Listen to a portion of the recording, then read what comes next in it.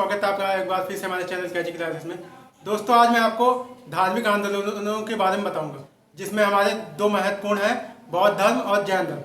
आज मैं आपको जैन धर्म के बारे में बताऊंगा। चलिए शुरू करते हैं हमारी वीडियो। बौद्ध धर्म में हमारा है, इसके उद्भव का कारण क्या है? वैदिक धर्म जो था, उत्तर वैदिक या वैदिक काल जो था, वो कर्मकांडों के कारण अपनी छवि खो चुका था। मतलब उसमें जो पशु बलि होती थी, इस प्रकार वो अपनी छवि धीरे धीरे खोता चला गया और उनमें ब्राह्मण और क्षत्रिय वैश्य शूद्र जो थे, उनमें आपस में वर्चस्व की भावना, खासकर ब्राह्मण और क्षत्रिय के बीच में वर्चस्व की भावना जागृत हुई, जिस मतलब आगे निकलने की होड़ लगी हुई थी, जिस कारण ये वैदिक धर्म धीरे धीरे इसकी छवि खोती चली गई।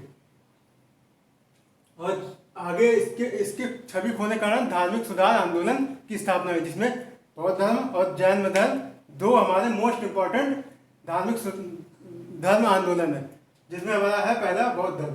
चलिए देखते हैं बौद्ध धर्म में है हमारे जो बौद्ध धर्म के प्रवर्तक है गौतम बुद्ध है। इनका जन्म हुआ था 563 BC, 563 ईसा पूर्व में। कहाँ पे? लुम्बिनी, नेपाल, जो कपिलवस्तु के निकट है और ये नेपाल में है।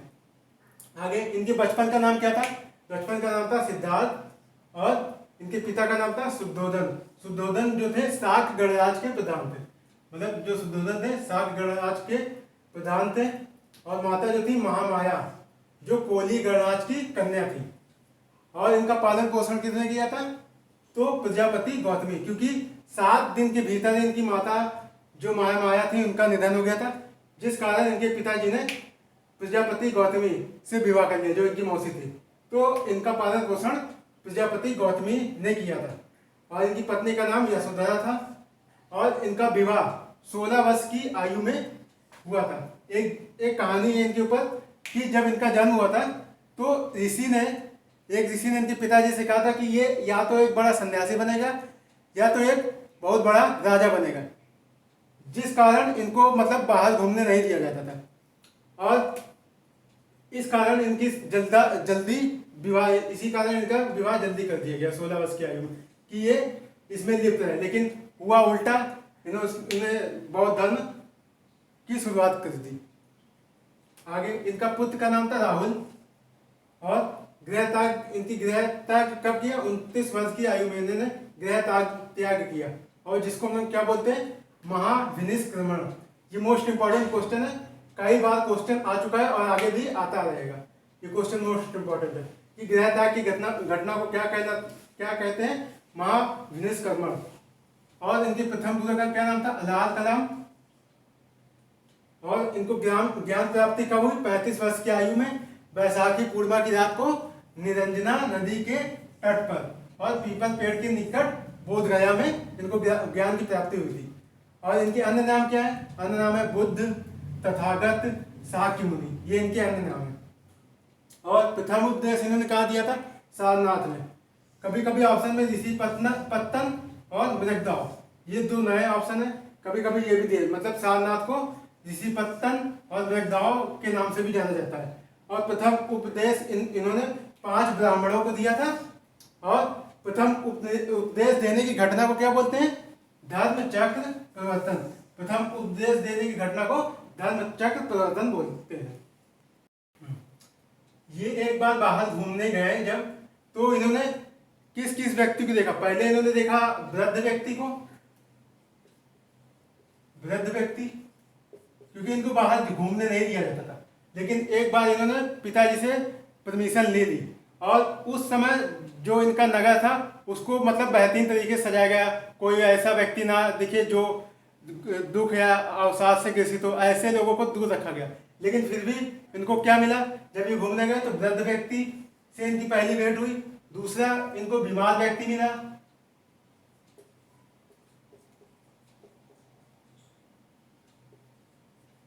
उसके बाद मृत व्यक्ति मिला।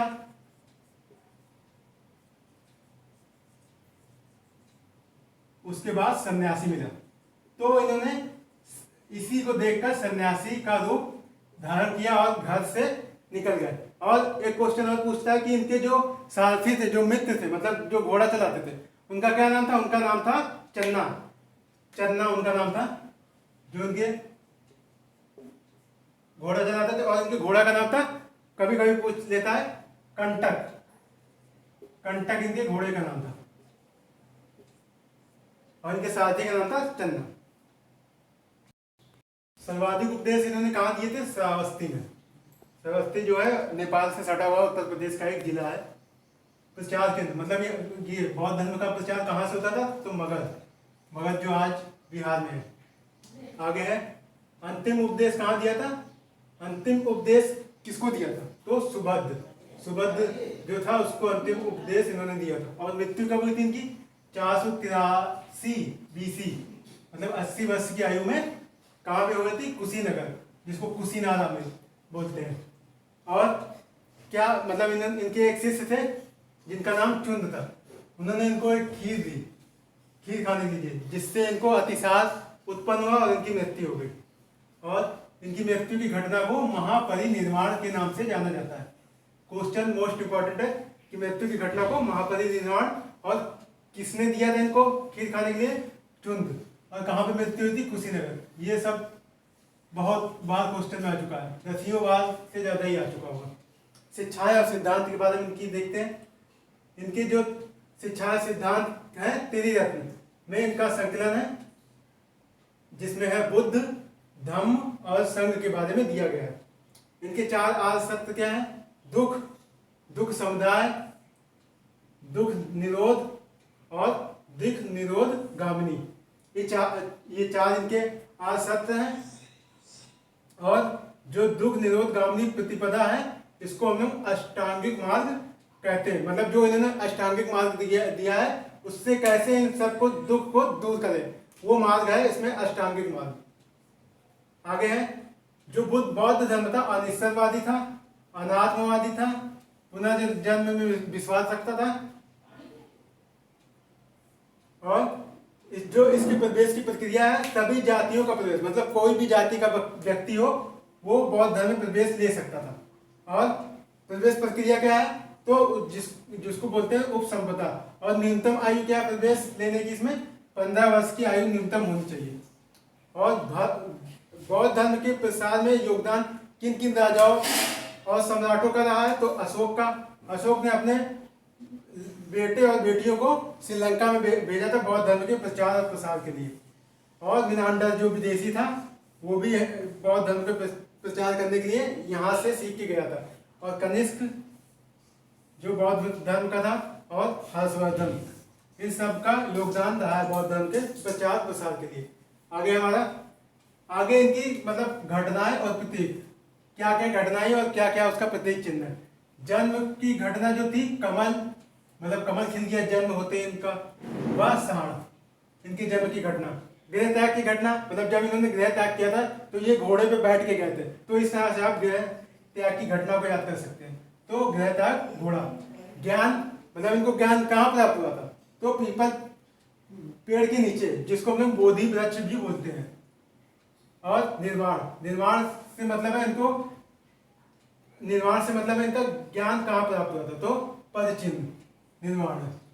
और मृत्यु, जिसको महापरिनिर्वाण बोलते हैं, तो स्तूप, मतलब हर जगह इनके स्तूप लगे हुए हैं, तो उसको मृत्यु से जोड़ा गया है। आगे है, इनके जो साहित्य है वो साहित्यों का संकलन किसमें है? तो त्रिपिटक में। जो इसकी भाषा मोस्ट इंपॉर्टेंट है कि भाषा कौन सी है? तो पाली, पाली भाषा में इसको लिखा गया है। और जिनमें है सुत्त पिटक, विनय पिटक और अभिधम्म पिटक। ये तो पूछता है, लेकिन इसमें क्या क्या है, कौन से पिटक में? तो सुत्त पिटक में उपदेशों का संग्रह, विनय पिटक में संघ के नियम, और अभिधम्म पिटक क्या है? दार्शनिक सिद्धांतों का वर्णन है इसमें। अभिधम्म पिटक में दार्शनिक सिद्धांतों का वर्णन।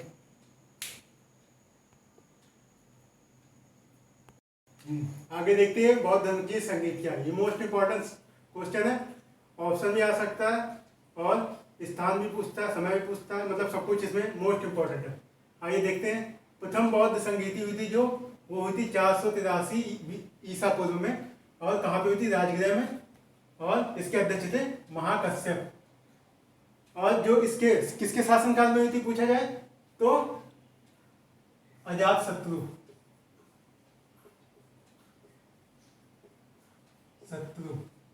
और इसका उद्देश्य क्या था? उपदेशों का विभाजन। उपदेशों का विभाजन किसमें हुआ? शुद्ध पिटक और भिन्न पिटक। आगे है द्वितीय।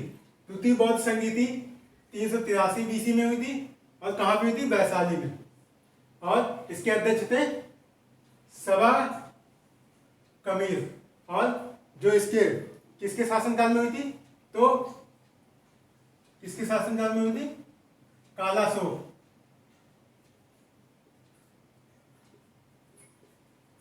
कालाशोक के शासनकाल में। और इसमें क्या होते हैं? स्थापित और महासंगीत, दो पार्ट में बौद्ध धर्म विभक्त हो गया। आगे तृतीय बौद्ध संगीति जो 250 बीसी में हुई थी और स्थान क्या है? पाटलिपुत्र।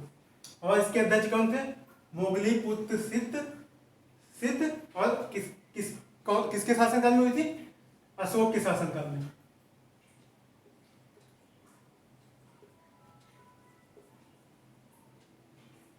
और इसमें जो है अभिधम्म पिटक को जोड़ा गया, मतलब तीसरी बौद्ध संगीति में अभिधम्म पिटक को जोड़ा गया। और पहली बौद्ध संगीति में शुद्ध पिटक और बिना पिटक को दो विभाजन कर दिया गया उपदेशों का।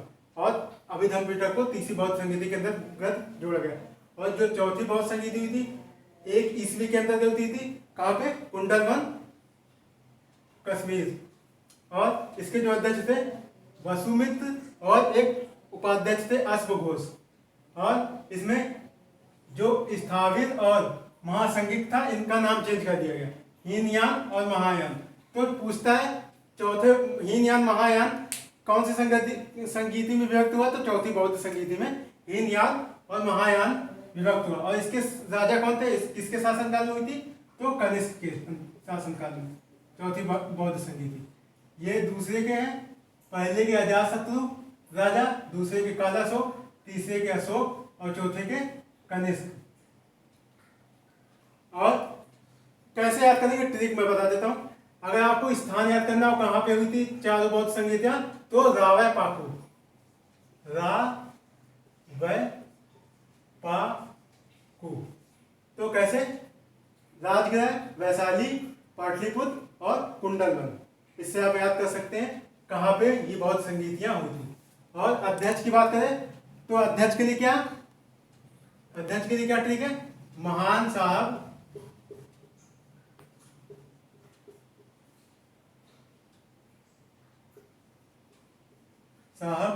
मोगली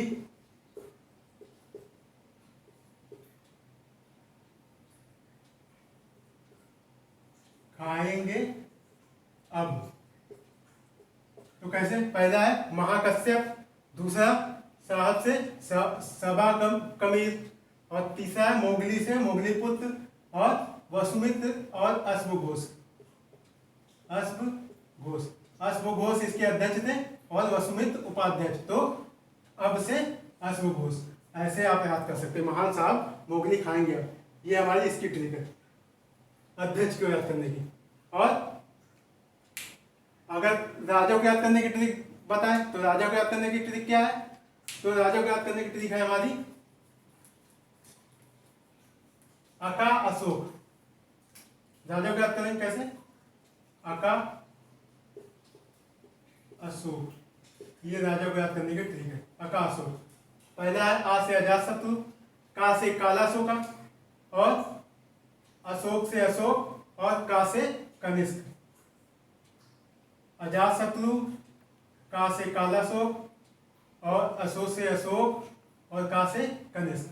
ऐसे आप याद कर सकते हैं बेहतरीन तरीके से सबको। और क्योंकि ये पूछा जाता है तो मोस्ट इंपॉर्टेंट हो गया। आगे है बौद्ध विद्वान और उनकी रचनाएं। कौन कौन सी रचनाएं हैं उनकी? पहला है हमारा अश्वघोष। अश्वघोष की कौन सी रचना है? बुद्ध चरित्र और सारिपुत्र प्रकरण, मोस्ट इंपॉर्टेंट रचना है इनकी। आगे नागार्जुन। नागार्जुन ने शून्यवाद का सिद्धांत दिया था और इनकी पुस्तक का नाम है माध्यमिक कारिका। माध्यमिक कारिका इनकी पुस्तक है। आगे है बुद्ध घोष। बुद्ध घोष ने कौन सी पुस्तक लिखी है? तो विशुद्धि मग किसकी है? बुद्ध घोष की। आगे हमारा जो बौद्ध धर्म के उपदेश थे वो किस भाषा में थे? पाली भाषा में। और जो इनके 3 अनुयायी शासक थे वो कौन से? बिंबिसार, प्रसेनजीत और उदयन, ये 3 इनके अनुयायी शासक थे। बुद्ध मूर्तियों का निर्माण, मतलब बुद्ध ने मूर्तियों का निर्माण किस किस शैली में हुआ? तो प्रथम मूर्ति जो बनी थी उसको वो मथुरा शैली में हुई थी, और सर्वाधिक जो मूर्तियां बनी हैं बुद्ध की वो गांधार शैली में हुई है। और गांधार शैली का सर्वाधिक फैलाव किस राजा ने किया था? तो कनिष्क था वो। ये क्वेश्चन मोस्ट इंपॉर्टेंट है कि गांधार शैली का सबसे ज्यादा प्रभाव किसके शासनकाल में पड़ा? तो कनिष्क के शासनकाल में। आगे है बौद्ध शिक्षा का केंद्र। बौद्ध शिक्षा कहाँ से मिलती थी? मतलब जो विदेश से हमारे यहाँ बौद्ध शिक्षा लेने के लिए विदेशी आया करते थे, तो हमारे यहाँ बौद्ध शिक्षा का मुख्य केंद्र क्या था? तो नालंदा विश्वविद्यालय और विक्रमशिला विश्वविद्यालय। ये कहाँ पे? बिहार में दोनों। आगे है बुद्ध के पंचशील सिद्धांत किस उपनिषद में है? तो छांदोग्य उपनिषद में बुद्ध के पंचशील सिद्धांत का वर्णन है। जो वर्ण मतलब इसमें वर्ण व्यवस्था थी वो जाति प्रथा का इसमें घोर विरोध हुआ। जैसे उत्तर वैदिक काल के अंतर्गत ब्राह्मण क्षत्रिय वैश्य शूद्र होते थे, तो इसमें जाति प्रथा का विरोध हुआ। और महत्वपूर्ण त्योहार क्या था बौद्ध धर्म का? तो वैशाख पूर्णिमा, और जिसे बुद्ध पूर्णिमा बोलते हैं, क्योंकि इस दिन इनको गौतम बुद्ध को ज्ञान प्राप्त हुआ था। स्त्रियों को प्रवेश का अधिकार था, मतलब पहले स्त्रियों को प्रवेश का अधिकार नहीं था संघ में, लेकिन बाद में स्त्रियों को प्रवेश का अधिकार दे दिया गया।